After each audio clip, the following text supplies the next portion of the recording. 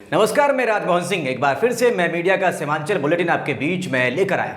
जैसा कि आपको पता है, रोज सुबह इस बुलेटिन में हम आपको बिहार के किशनगंज, अररिया, पूर्णिया, कटिहार और पश्चिम बंगाल के उत्तर दिनाजपुर और दार्जिलिंग जिले की खबरें दिखाते हैं। तो आइए शुरू करते हैं। कोरोना संक्रमण की थमती रफ्तार के बीच बिहार के सीएम नीतीश कुमार ने बड़ी रियायतों का ऐलान किया है। सीएम ने ट्वीट कर जानकारी दी है। कोरोना स्थिति की समीक्षा के बाद सभी सरकारी गैर सरकारी कार्यालय को सामान्य रूप से खोलने का निर्णय लिया गया है। विश्वविद्यालय, सभी कॉलेज, तकनीकी शिक्षण संस्थान, सरकारी प्रशिक्षण संस्थान, 11वीं और 12वीं तक के विद्यालय 50% छात्रों की उपस्थिति के साथ खुलेंगे। शैक्षणिक संस्थानों के वयस्क छात्र छात्राओं, शिक्षकों और कर्मियों के लिए टीकाकरण की विशेष व्यवस्था होगी। रेस्टोरेंट एवं खाने की दुकान का संचालन 50% बैठने की क्षमता के साथ हो सकेगा। कोरोना काल में फरियादियों को अब न्याय के लिए किशनगंज एसपी कार्यालय का चक्कर लगाने की जरूरत नहीं पड़ेगी। किशनगंज पुलिस के ई भरोसा पहल के तहत जिले के किसी भी थाने से अब फरियादी पुलिस कप्तान से वर्चुअल माध्यम से संवाद कर अपनी समस्या का समाधान ऑन द स्पॉट करा सकते हैं। किशनगंज एसपी कुमार आशीष की पहल पर कोरोना काल में फरियादियों की समस्याओं के समाधान के लिए 18 जून से ही ये नई व्यवस्था लागू है। प्रत्येक मंगलवार को 1 बजे से 2 बजे के बीच किशनगंज जिले के फरियादी वर्चुअल माध्यम से सीधे तौर पर जिले के एसपी और अन्य पुलिस पदाधिकारियों के साथ संवाद कर सकते हैं। कोई भी व्यक्ति जिन्हें जिले के एसपी और डीएसपी से बात करनी है या फिर कोई शिकायत या सुझाव देना हो, वो अपने नज़दीकी थाने पर जाकर थानाध्यक्ष के सामने ही किशनगंज पुलिस कप्तान से वर्चुअल माध्यम के द्वारा अपनी बात को रख सकते हैं। कटिहार के नया टोला स्थित पूर्व शिक्षा राज्य मंत्री डॉक्टर राम प्रकाश महतो के आवास पर राष्ट्रीय जनता दल की 25वीं स्थापना दिवस हर्षोल्लास के साथ मनाई गई। कार्यक्रम का प्रतिनिधित्व कर रहे डॉक्टर महतो ने कहा कि पार्टी की 25वीं स्थापना दिवस कार्यक्रम के मौके पर जन जन की आवाज़ को बुलंद करने का काम किया जा रहा है। उन्होंने पार्टी के नेता लालू प्रसाद यादव पर कहा कि उन्होंने दबे, कुचले और शोषितों की आवाज़ बुलंद करने का काम किया, निचली जातियों को समाज की मुख्य धारा से जोड़ने का काम किया है। किशनगंज में आरजेडी की रजत जयंती कार्यक्रम में जिला परिषद अध्यक्ष आवास में सभी जिला स्तरीय पदाधिकारी गण और प्रखंड अध्यक्ष ने सम्मिलित होकर कार्यक्रम में वर्चुअल रूप से पार्टी के राष्ट्रीय अध्यक्ष लालू प्रसाद यादव और प्रदेश स्तरीय नेताओं के भाषणों को सुना। अररिया में भी राष्ट्रीय जनता दल का 25वां स्थापना दिवस समारोह धूमधाम से मनाया गया। पार्टी के जिला कार्यालय में कार्यक्रम का विधिवत उद्घाटन जिला अध्यक्ष सुरेश पासवान, महिला जिला अध्यक्ष लवली नवाब और पूर्व सांसद सरफराज आलम ने संयुक्त रूप से दीप जलाकर किया। मौके पर जिला अध्यक्ष के द्वारा केक काटकर पार्टी का 25वां स्थापना दिवस और रजत जयंती समारोह मनाया गया। कटिहार के आजमनगर प्रखंड में 6 फीट मिट्टी के गड्ढे में दबे बच्चे को 30 मिनट बाद जिंदा खोदकर निकाला गया है। खेलने के दौरान मिट्टी धंसने से बच्चा गड्ढे में ही दफन हो गया था। ग्रामीणों की मदद से मिट्टी में दबे बच्चे को निकाला गया।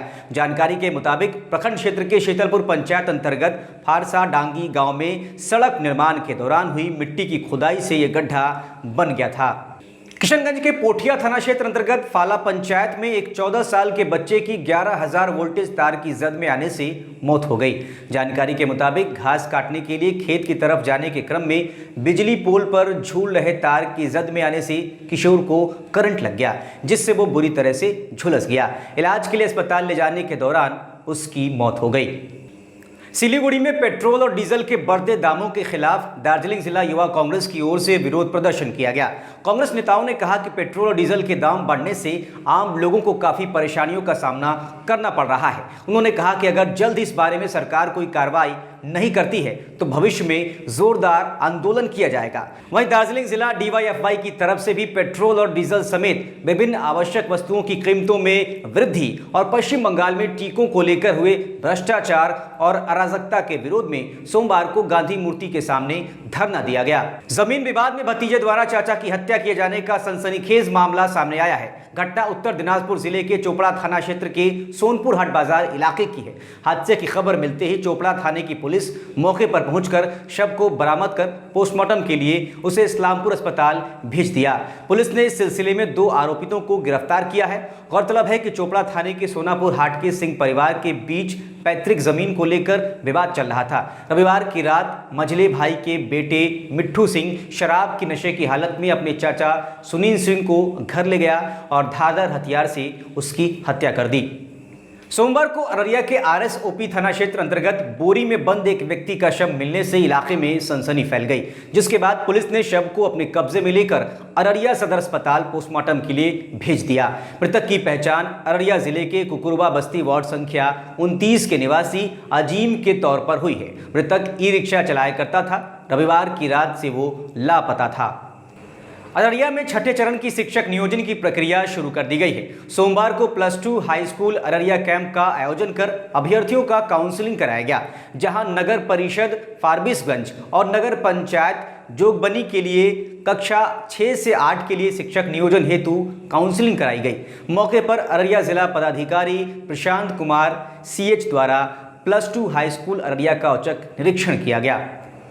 किशनगंज के शास्त्री मार्ग स्थित जिला कांग्रेस पार्टी दफ्तर में NSUI छात्र संगठन के छात्र नेताओं ने प्रेस कॉन्फ्रेंस आयोजित कर कहा कि कोरोना महामारी की तीसरी लहर को देखते हुए आगामी परीक्षाओं से पहले प्राथमिकता के आधार पर छात्र छात्राओं को टीकाकरण करवाया जाए। NSUI के छात्र नेताओं ने बिहार सरकार से मांग की है कि पहले सुरक्षा फिर परीक्षा।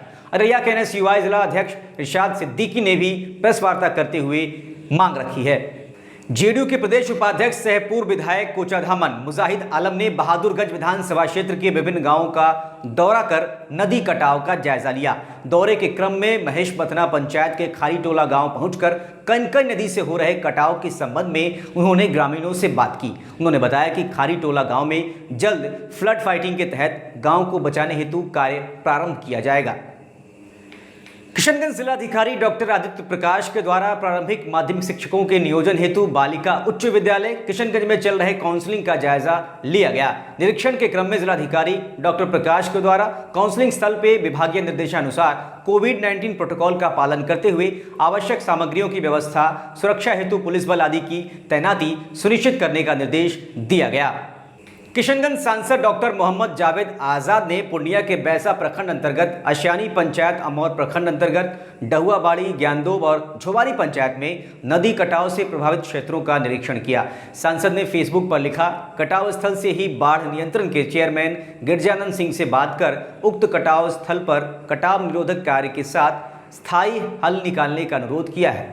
आज के लिए इतना ही। आपके बीच इन खबरों को लाने वाले हमारे साथी हैं किशनगंज से अमित सिंह, अररिया से मेराज खान, पूर्णिया से JP मिश्रा, कटिहार से सैयद शादाब और उत्तर दिनाजपुर और दार्जिलिंग जिले से रविंद्र यादव। वीडियो आपको कैसा लगा कमेंट में ज़रूर बताइएगा। ये वीडियो अगर आप YouTube पर देख रहे हैं तो हमारे चैनल को सब्सक्राइब कर लें। साथ ही अगर आप ये वीडियो Facebook पर देख रहे हैं तो पेज को लाइक और फॉलो कर लें। ट्विटर और इंस्टाग्राम पर आप हमें फॉलो कर सकते हैं। हमारी ID है @मैं मीडिया हूँ।